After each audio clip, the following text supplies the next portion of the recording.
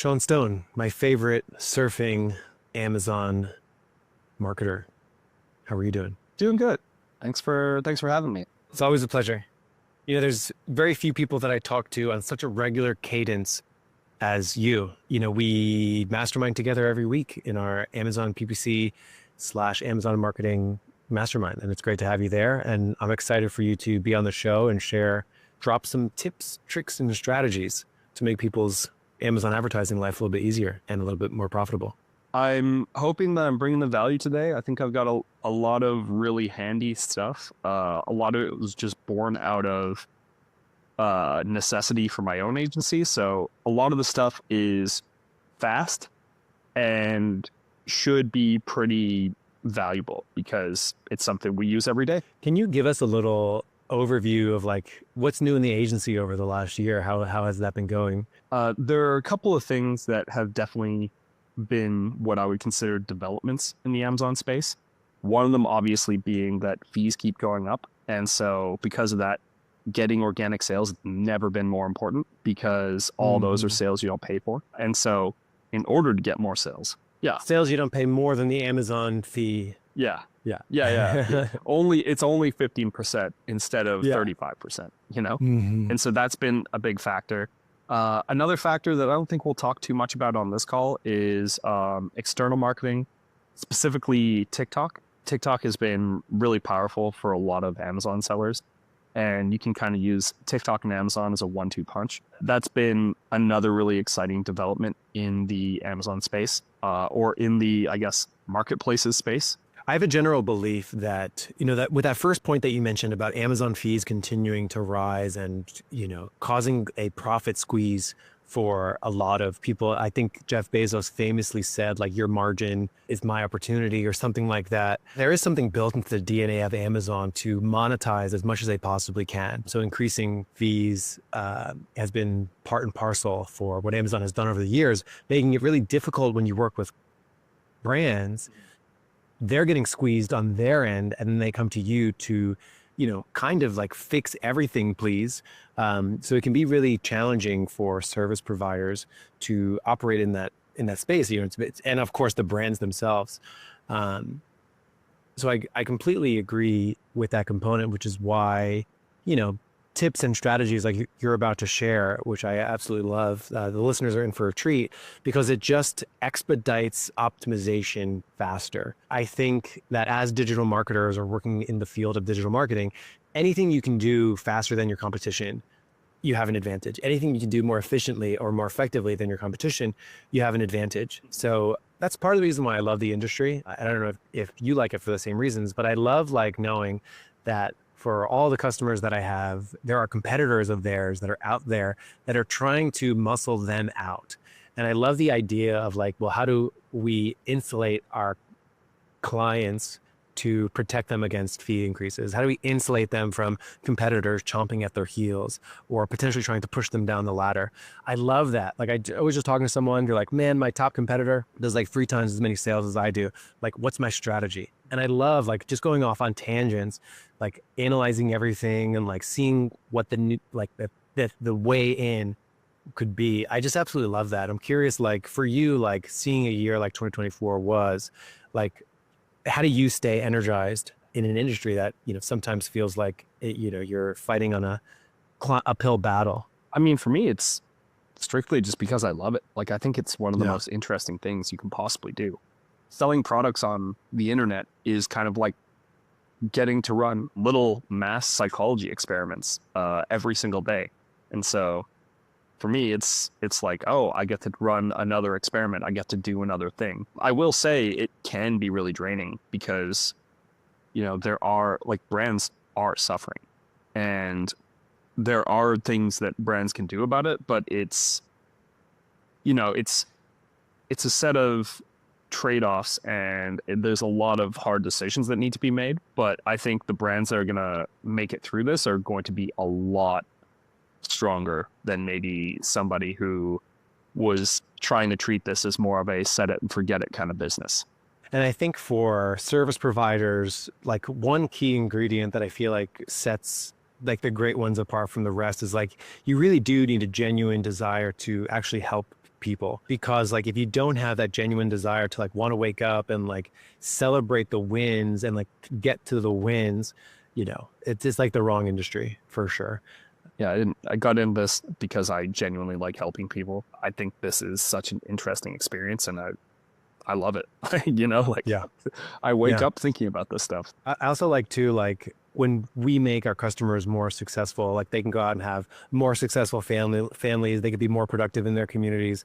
There's like a cool cascade effect with B2B services. Speaking of B2B services and Amazon optimization, let's actually get into it. So I first want you to walk me through, we're going to be looking at how to iterate quickly and improve listings using AI in a way that is accessible by anybody, using tools that almost everybody has.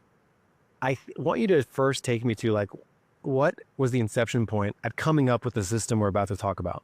Like, what were you struggling with? Like, what did you notice and why did you bother to create this system? Whenever it comes to doing anything on Amazon, you always need to look at it from a keyword lens, or for somebody who's maybe not as familiar with Amazon, an SEO lens. We're looking at which keywords can we put in which place in order to rank our listings the best on Amazon, and then hit them with Amazon ads to kind of drive up our ranking and sales velocity. So it's kind of, I keep using this phrase, it's a 1-2 punch.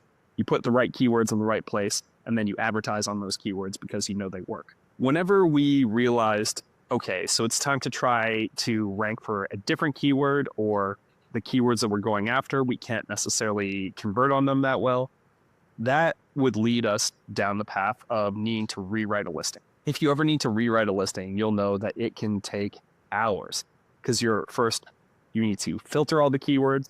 Then you need to decide where all the keywords will go based on their search volume or their keyword sales volume. Once you do that, you need to actually write the listing in a way that makes sense for a human, because Amazon will penalize you if they catch you just stuffing keywords everywhere. But you still want to stuff as many keywords as you can with a standard approach. And then you need to fill out your back-end keywords and all that kind of stuff. And then it needs to be put into a format so that the listing can be updated. If you are not the one who is doing the listing updates, because sometimes, Amazon will lock your listing, and then next thing you know, it takes forever. It takes like 2 days to update the listing. It's kind of like this ongoing thing. It can become a 10-hour, 20-hour project really quickly. And so you don't want to do it. And then what if somebody says, I need you to do 4 listings at once, which has definitely happened to us. So what we ended up doing was we took all the key principles. So like maintain phrases, most important stuff in the titles, then bullet points, then description, then backend keywords. And you take all that kind of stuff and you can standardize what it is, because, I don't even know how many listings I've created. Been doing this since 2017, but I've created a lot of listings. And so the principles have always been kind of the same. It's like that midwit meme, like take all your key phrases and put them as high up in the product detail page as possible. Then like crazy, super focused stuff. And then back on the other end, it's like, yeah, maintain your phrases, put them in the most important places. All that is to say, we basically realized that because this is all happening in the English language and all we're doing is adjusting based on 1 or 2 key criteria, either sales or search volume, or, or impressions if we're using the search term report, we realized that we can do the same thing over and over again. And we realized there are 4 key use cases that you end up having to do this for. And each of them can kind of be customized. So we just said, why don't we make the best employee ever and have them do all the listings for us on demand? And so we did, and we made it free. You mentioned something in the beginning there, which is, find your best keywords, put them in the best spots on your listing. Yeah. And, that sounds so simple. And when you talk to a lot of Amazon sellers or brands on Amazon, a conversation often goes like this, where you might ask them, when's the last time you did that? Or like, do you agree that that's important? And of course they'll say it's important, but like through the chaos of what it is to be on Amazon, it is very likely that, you might have needed a double check in the beginning when you initially made that listing, or maybe you're putting, 20, 50 products on Amazon. you're coming over, you're new to Amazon, you're sort of putting, 10, 20, 30, 100 products on there. You didn't have the time to really be strategic about all of this. I find a lot of times people are very formulaic. Like some brands are very formulaic, like they follow a format and they just throw them on Amazon, which might not be the optimal format, because really, like, you learn being on Amazon. So even if before you launch, you do as much keyword research as possible, and then you launch your product listing as good as you possibly can, since you've launched, every single day you've earned some data for the lifetime of it. And like, you can actually use the data of like what you're appearing for, where are you in the rankings, like what your most successful search terms are. You've just learned data that you actually need to go back and update, and then potentially do periodically. So there's a lot of information there's so much information that it's not so much like knowing the right way to do it. It's actually like taking action on it and coming up with a systematic way to do things that you can really suffer from analysis paralysis on, because I've done it myself. I've seen people do it. You agonize over what words to put where, and you're like, should I say this word or should I say this other word? Should I say stair or stairs if I'm selling like a carpet that goes in your stairs? Like, how many variations of the word carpet should I mention? Should I mention variations of the word carpet, or is the word carpet enough? Like all of these different things, you can go off on tangents of asking questions where it's just like, I can't spend 10 hours on every single listing, every month. There's not enough time for it. So like any advantage you can have to speed up this process is exactly what we're going to do today. Yeah. So what does the promised land look like? Like once you have this down pat and you do have a systematic way, which we're about to get into, you do have a systematic way, like what is the pot of gold at the end of the rainbow here? Like what do you actually get when you have a systematic, efficient and effective way to ensure that your listings are putting their best foot forward? So first of all, I will say that in the defense of brands that want to be formulaic, I actually think there's a use case for that, especially if you are a like Shopify first brand. Our use case is a lot more Amazon first or marketplace first centric. But what's the promised land look like? Well, every time that there's a shift in seasonality, which you can find using different tools, and you could also look at your historical search term data if you have it. If you are able to kind of think critically about when your seasons change, because even if it's only micro seasonality, there's still seasonality. Like not everyone's selling pool noodles, but you'll still get a pop and a dip at some point across the year. So once you can identify your seasonal trends, you can start to use something like this to update listings a lot more frequently. Now, I'll be honest, we don't necessarily update our listings proactively a lot. We normally do it when we find an issue or are trying to solve a problem. And the reason is, if we have something that's working, we really don't want to make any changes. So really, this tool is about solving your problems in a fraction of the time with a higher quality bar than asking a low-level employee. How do you know a product, like you just mentioned, you use it to triage problems and fix problems? What problems are those? Like, how do you know if a product needs a little product listing refresh? Yeah, so we kind of identified 4 key problems. Problem number 1, you need to make a new listing. It's never been made before, and you want to make sure that it's an Amazon-centric listing. Problem number 2 is search term data. So, like you said, we've earned all these new sales. We've earned all this new data through our hard-fought PPC dollars. Why don't we use that data to adjust our listings so that we show up on the keywords where we convert using paid ads? Third is when we are getting beat by a competitor in one way or another. So sometimes there will just be a competitor who is doing much better than us. We look at them and we say, like, their price isn't better, their offer is not better, but they're just outranking us. That is the perfect use case. And especially if there are multiple, and I'll plug 2 different tools. Helium 10 and Datarova both have the ability to kind of do this. They've got their own demos, so I don't think we should go through that today. And then the 4th use case is finding new search queries using the search query performance report. So you can use reverse lookup tools, you can use search terms, but sometimes you'll just find a new keyword that's skyrocketed and they didn't show up in your search term report, or they don't show up for your competitors yet. And so that's where you find those net new terms. We can put our Amazon tinfoil hats and talk about why these new queries show up. But putting that aside, there are new queries that show up inside of Amazon all the time. And you can try to take advantage of that by using the search query performance report. I just had a client, they had no idea their product was not optimized for this. And they randomly noticed Diwali terms started showing up on their search term report and like converting quite well. And like they were not optimized for Diwali, but it was like Diwali season. And they started to notice a lot more search terms. And there's like countless numbers of these anecdotes where people had no idea that people search this kind of thing. There was a statistic on Google, and I don't want to butcher it now, but there was a statistic on Google that Google used to release, and it was basically an argument for using broad match because Amazon and Google both want you to use broad match.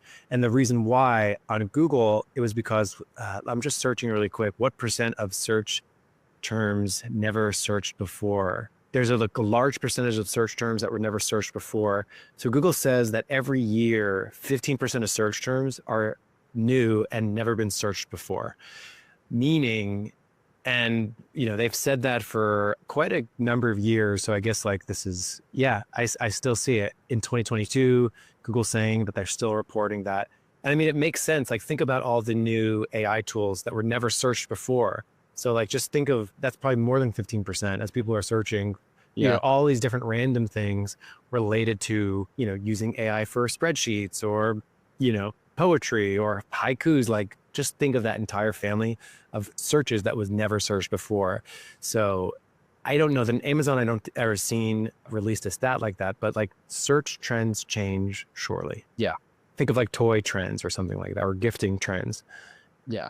But even more mundane things, like Amazon will just randomly add a word in the middle of a popular search term. Then next thing you know, it's a new search term that isn't getting picked up by exact or phrase because they threw a word in the middle.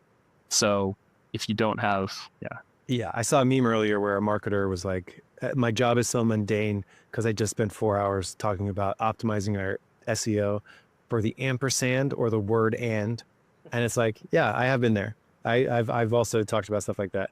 Yeah, that's so true. That is so moments when you need a product page refresh. Number one, of course, when you make a new listing, you're refreshing from zero.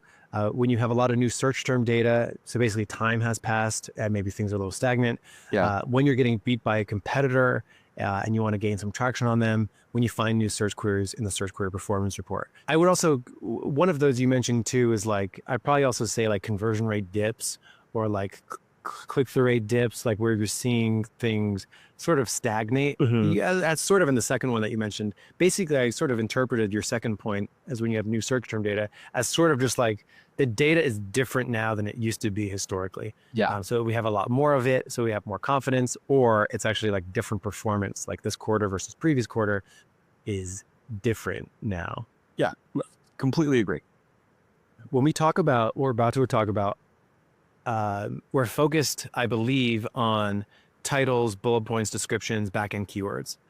So basically the word-based optimization for product pages, which is, I like to put those in a separate category than graphic design work to basically do the exact same thing. Like how do we do graphic design to improve our interactions with customers and ultimately boost our organic rankings? The words-based component, I've always put in a different category because like if it's just words, usually the person doing keyword research, bid optimization, PPC management understands keywords and words enough to take advantage of this. Whereas that person who's doing like the PPC work is usually different than the person who's doing the graphic work. So I love that this is the topic. And do you sort of put those in the same bucket of work? You know, do you draw the same separation here where it's just like you have word-based optimization and then you have image-based optimization and like that's for somebody else to do? I do see them as separate, but I think the person who's doing what we're doing should be telling the graphic people, first of all, what text should be put on the images.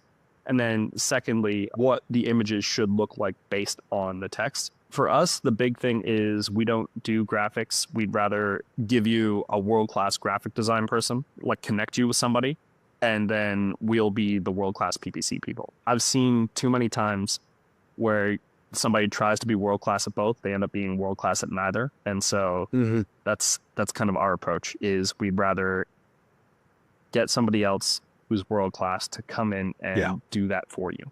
And yeah. So, but putting the keywords into the images can be very important, right? And because we have seen, or there's been evidence that suggests that Amazon is reading those images now. And when they read those images, that also gets factored into your ranking. Big time. Yeah. Yeah. So like, what is it a picture of? What is going on in the picture? You know, I mean, any AI tool can do that these days. You take a picture, drop it into any tool, ask it to describe it. It'll get it. So then sort of using that information as sort of extra words that will eventually go into your product. So I think we've set it up enough. We're about to jump into a custom GPT you built. We're going to talk about what to use it for, how to use it, what kind of information goes into it so that we can improve our listings quickly, efficiently, and give it the maximum SEO value. Without further ado, let's jump into it.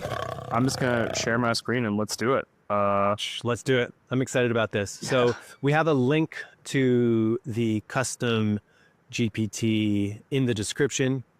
To be clear, there's no email sign up. There's no nothing.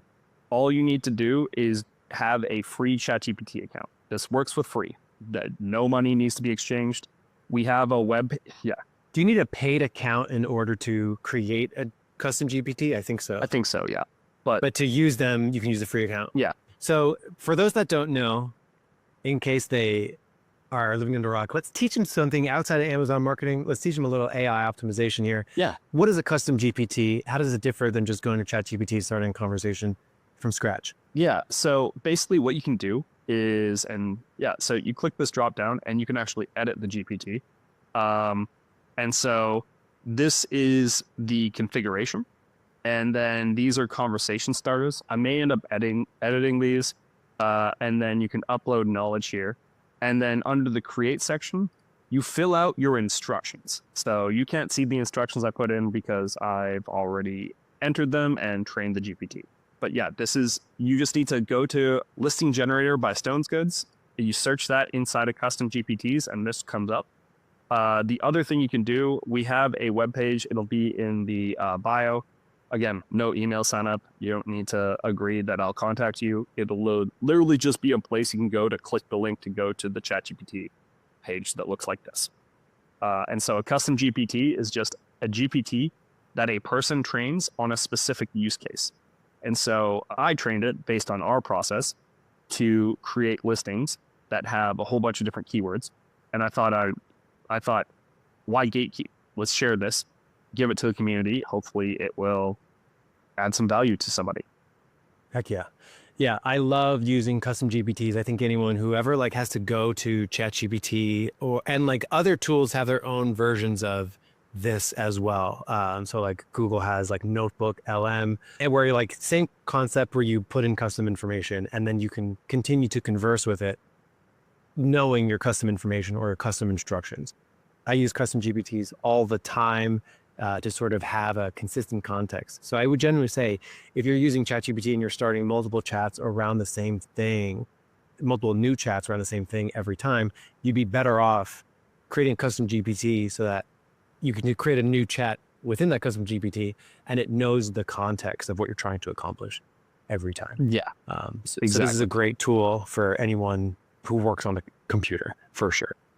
So how do you use this thing? There are these conversation starters, but they won't work because you haven't added a report yet. So what you need to do is build me a listing based on this report for and then you put the product name here. So just what's the the main keyword or the easiest way to describe this product?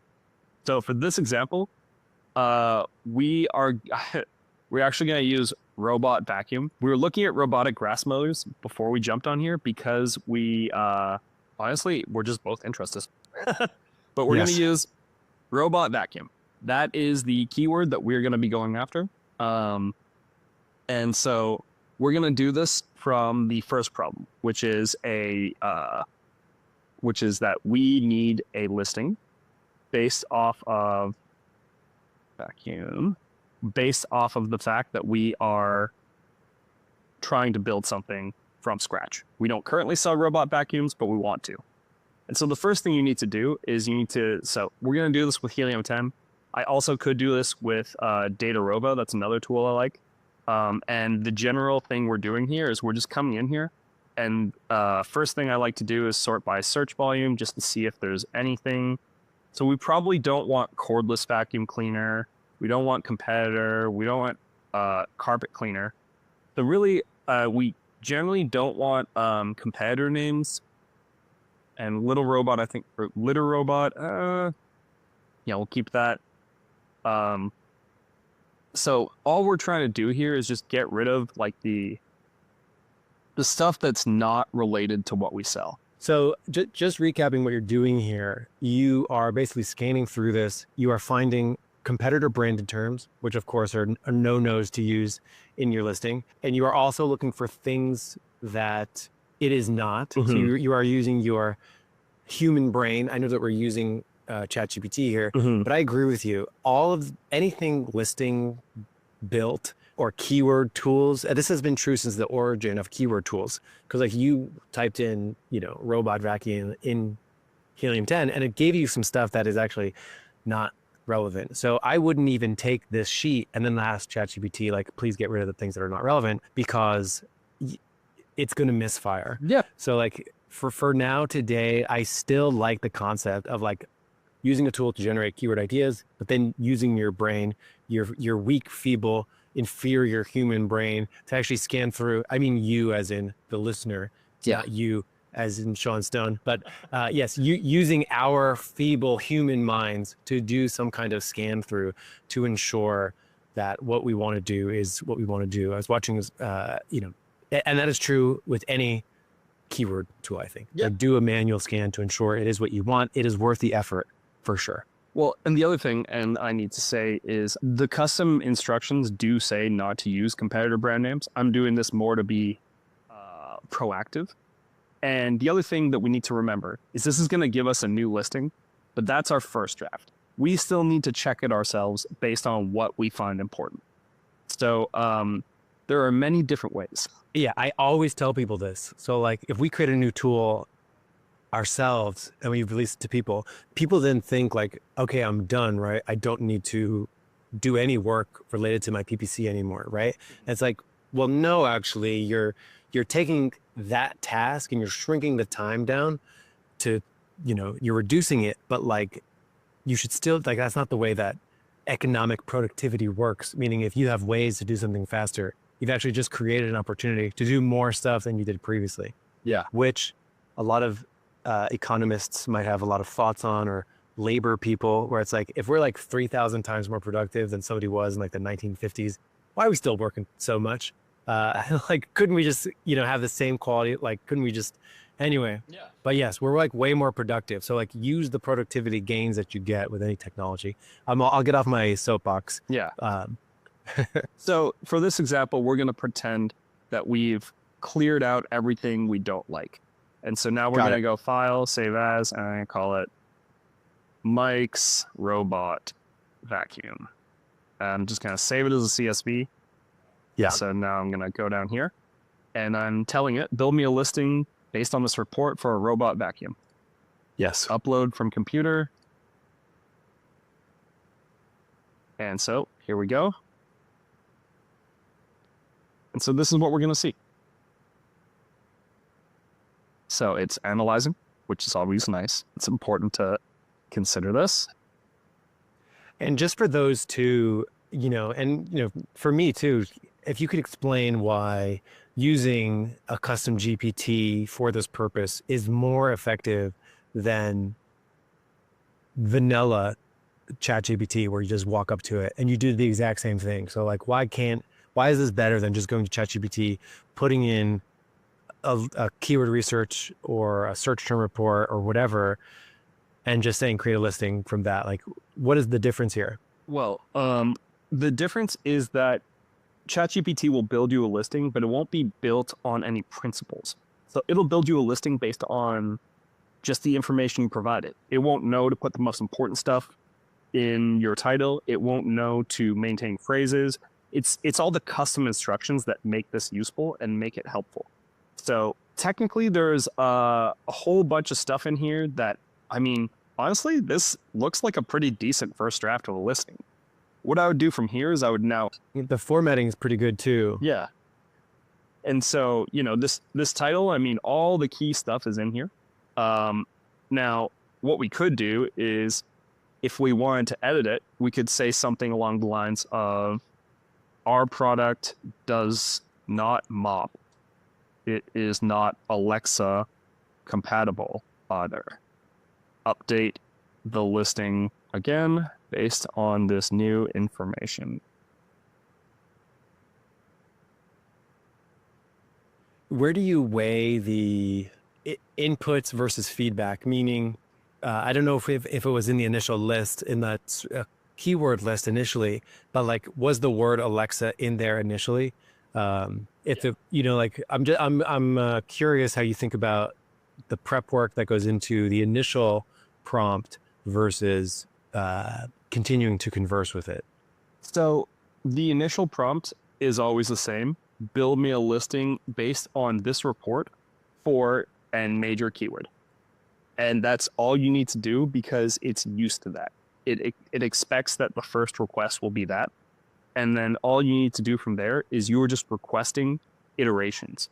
And so if it says something that's just truly irrelevant for what you are trying to sell, then it'll remove it in the next iteration. But what's really nice here is that it will just fill out all these different things, and you don't need to rework every single sentence yourself. You can just take this, and now what I'll often do is I'll plug all my major keywords into the Helium 10 listing writer, but you can use any tool of your choice in order to make a listing, and you can compare, are all the major phrases in there? Are they maintained? And you can just kind of minor edit. And then the last thing I'll do is sometimes I'll export from Helium 10 and put it back into this tool and say, is there anything I'm missing? Would you change anything? And so that's how you get a new listing quite quickly with all of the key or the major keywords that you were looking for. A lot of that's really like fancy stuff, but if you're just looking for the 80-20, you've got it right here. Plug in the keywords that matter with their search volume and sales volume, and then ask the GPT to write you a listing that really just makes sense for your business. And, the obvious question too is like, let's say, what separates a great listing versus a mediocre one? Meaning, if someone is newer to listing optimization, or maybe they're good and they're trying to get even better, like, how do they know what was spit out is good or great? So it's really about the title. If you have a title that's short but has all of your real key features all in one place, that is going to be the most useful outcome from using a tool like this. And then from there, taking more of your long tail phrases down here. As you can see, it tells you what phrase it's kind of like trying to put in the bullet. So you can't just copy and paste this. You got to copy this and leave this out, or leave this out. I see. So it's giving you some rationale of why it chose those bullets, which is nice. Yeah, exactly. It doesn't do that for everything, but if it notices something that has a lot of volume, then it will try to call that out for you so you know what's going on. And I mean, perfect for pet owners. This is like one of the key reasons why people buy robot vacuums. They need to vacuum so much more than somebody who doesn't have pets. And at some point, it just becomes an irritating chore that, $200 can easily solve. So that's really the thought process behind this tool is how do we find those phrases that really matter and make them easy to put into your listing in a way that makes sense. And so let's just recap. So obviously when you're making a new listing, boom, when you have a lot of new search term data, so like time has passed or data is different, can you run through or just sort of talk through how this process might look different if instead of a Helium 10 keyword research report from scratch, how would it look if like you were putting in search term data? Yeah. So we're not going to be able to use search term data because it's not very easy to get example search term data, but here are the two. For the purposes of it, like a demo. Yeah, for the purposes of a demo, Right. we're going to use this magnet keyword research right here. But we're going to say, build me a listing based off of this report for a robot vacuum cleaner. Actually, I didn't have a comma last time. I know that doesn't really matter, but what I end up doing most of the time is I will plug in, if I have to, I'll use a search term report from Amazon. But a lot of the time what I like doing, and full disclosure, I'm an AdBadger customer. I love the feature in AdBadger where you get to look at 180 days worth of search term data, because then you can pull out long range search term data and plug it in here. So instead of a Helium 10 magnet report, what I like doing is I like pulling out 90 or 180 day search term data. Or if you have a very seasonal product, you can go back to last year's search term data and plug that in. And while we're kind of just talking about this, if instead this is your first time selling during a highly seasonal product, you can go to, if you have access to it, you can go to last year's search query performance report or last year's brand analytics report for that time period, and you can plug that in here instead and use that as your report that you will be using in order to make the listing.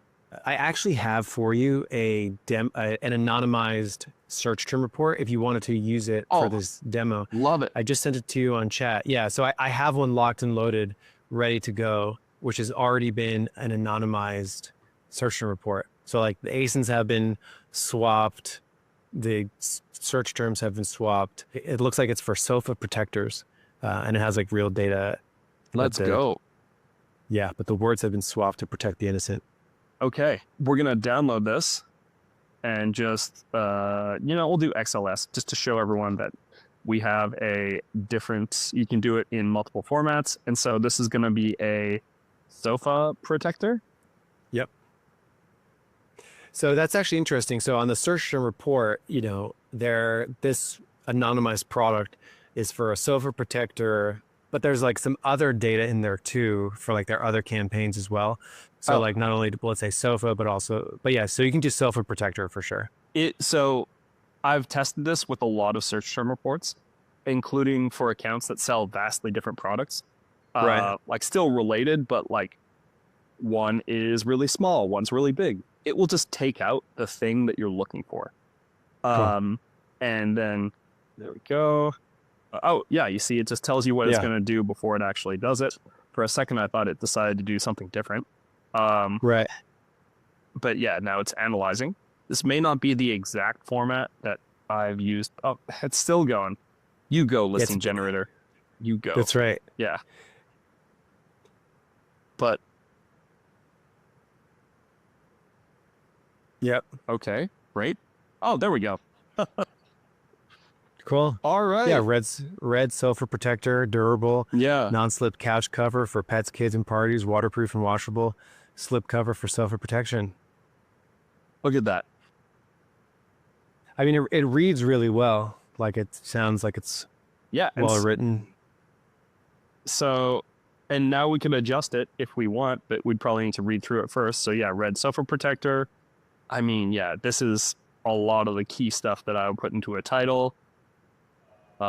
Washable. I might move washable further up, because how would you make that decision? So generally speaking, waterproof and washable are two of the key features that I think people care about when selling sofa covers or when buying sofa covers. And so this is a great example where durable, I mean, is durable actually making a lot of sales? I'm not entirely sure. But what's really nice to see is that these are the terms that are making the most sales, which is why they decide to put it up at the front.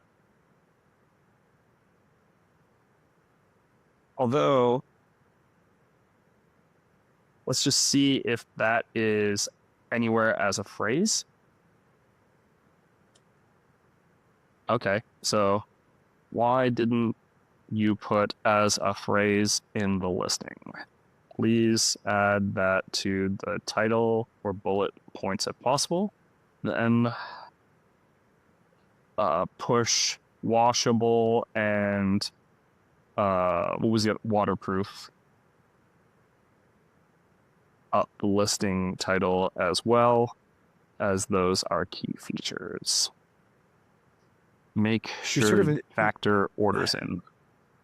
You're also inspiring me to like look at Ngram data too. So like the word washable, I'd be really curious for an Ngram report on this product to see like, okay, the word washable and washable variants do quite well. Yeah. Yeah.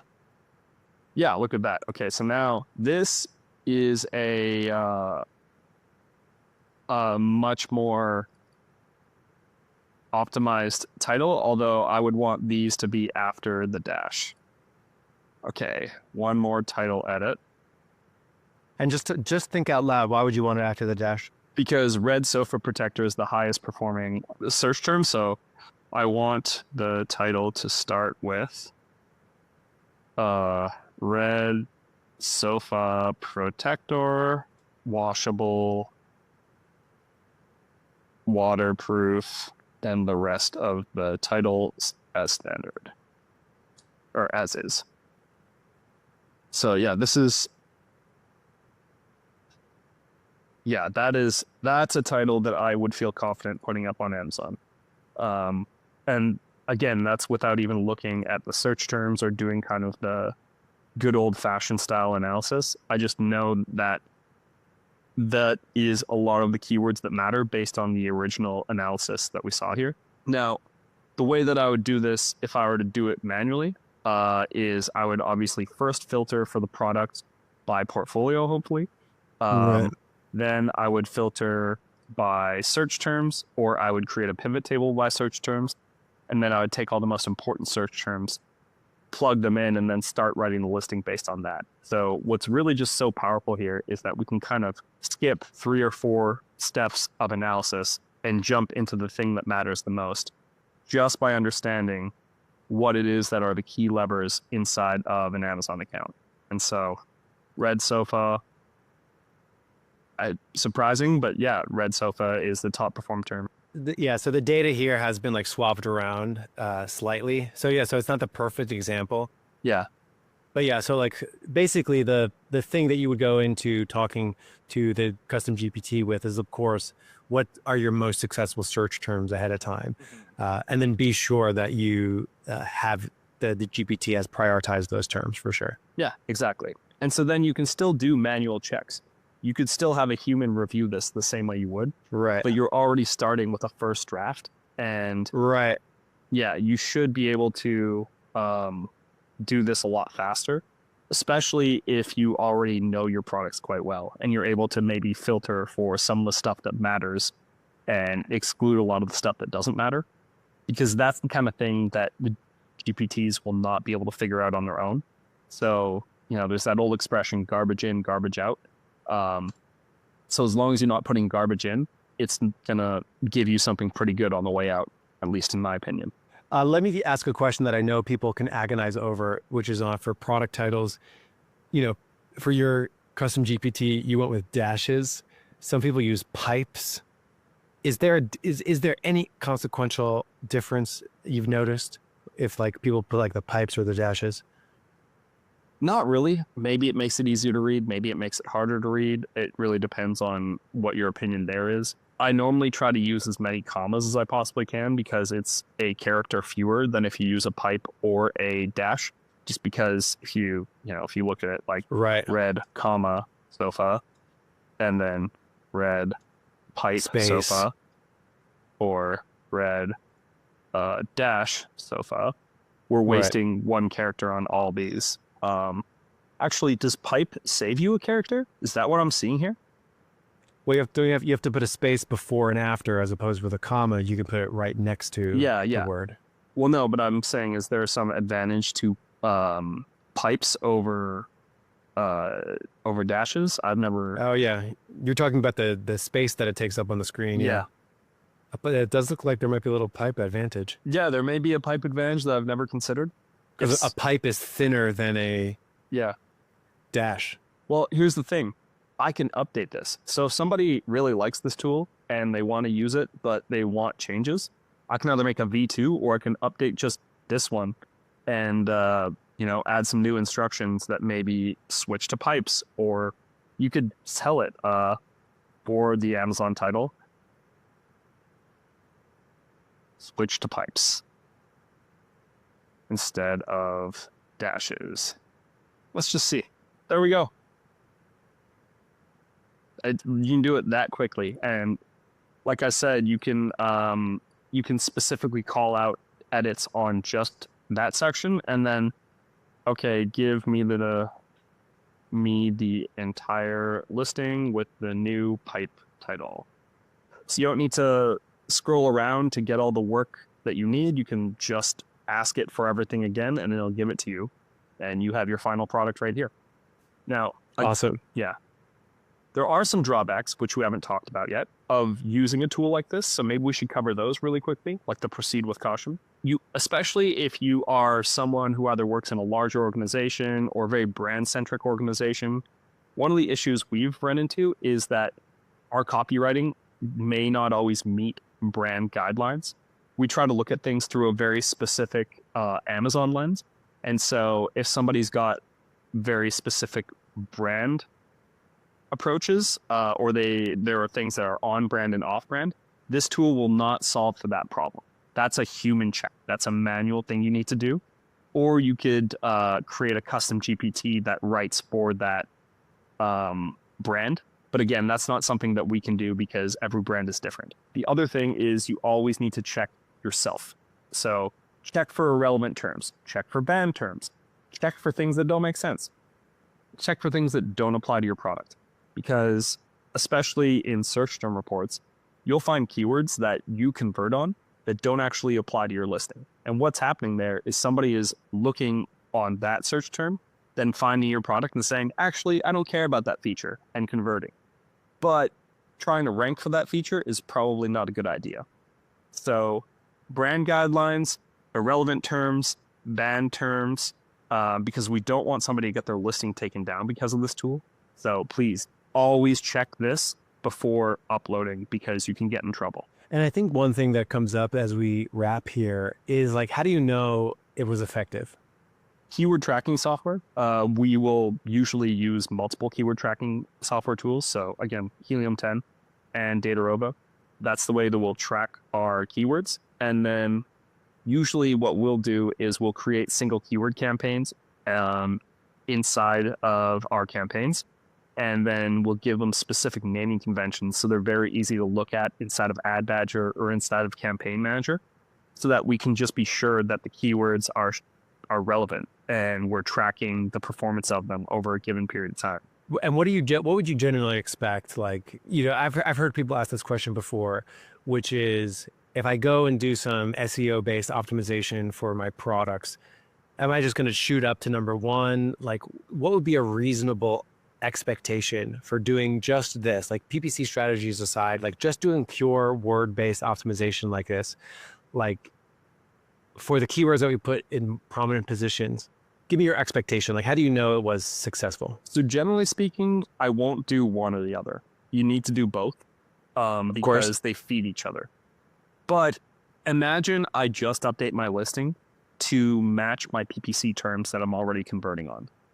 Generally speaking, as long as the conversion rate doesn't change when I do this, then I would expect my rankings to improve on the keywords that I've migrated into my title. If for some reason that doesn't happen, or if your conversion rate decreases, then that can be a symptom of a bigger problem, which is either the market changed or maybe that new title didn't really make sense for those keywords. You will occasionally see that kind of thing happen.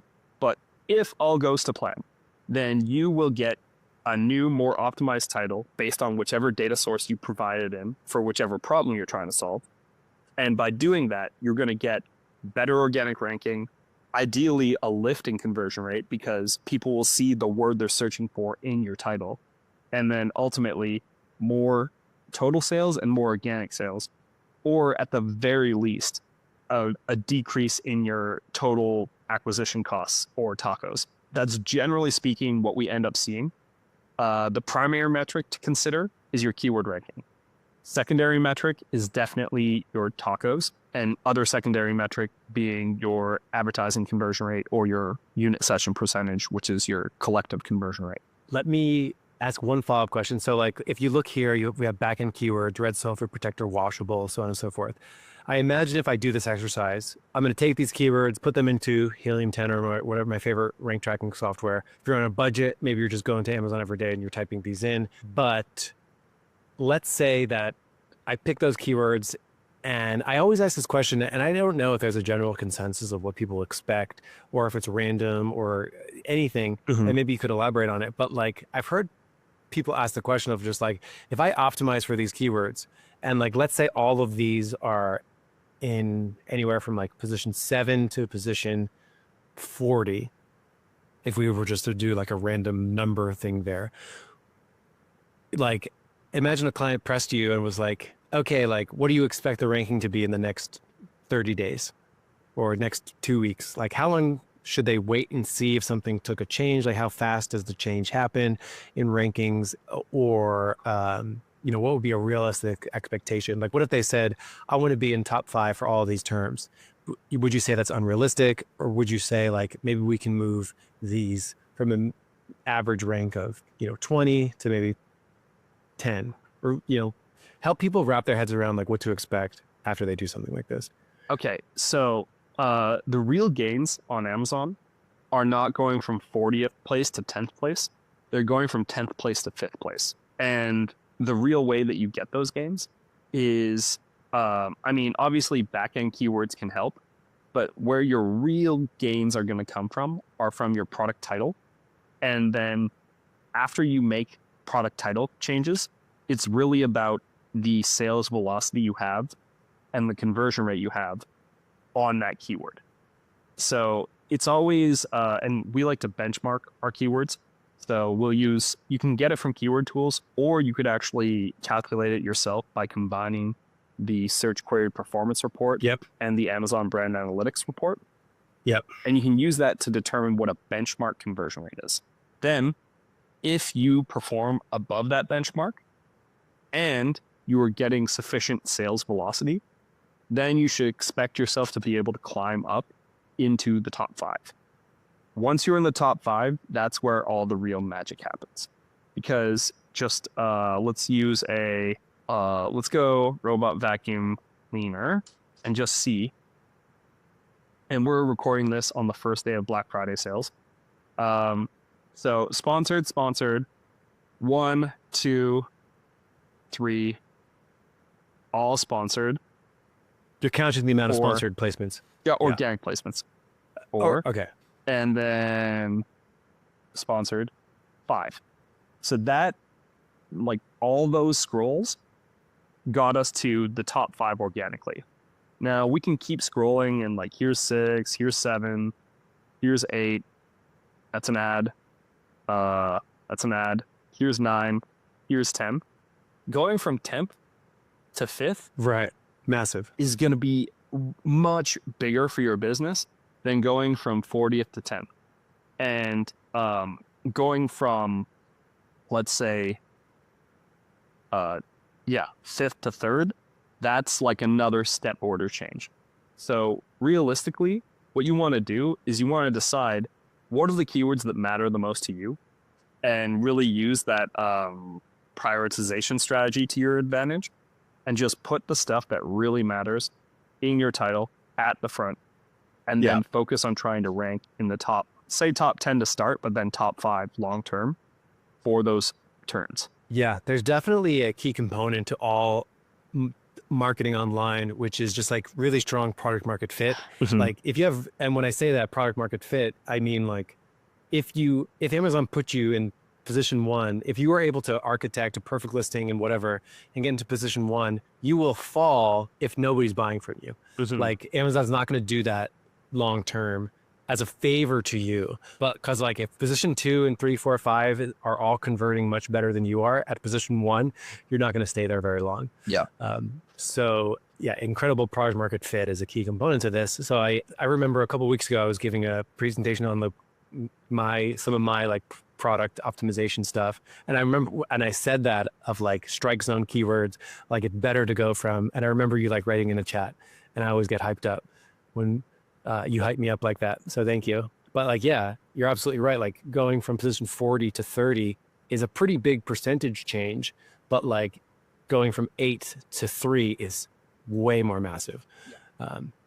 I just did a share of voice in Jungle Scout Cobalt, and like the first product had a share of voice of like 40%, and then the next one had like 20, next one was like 17, 18, so on and so forth.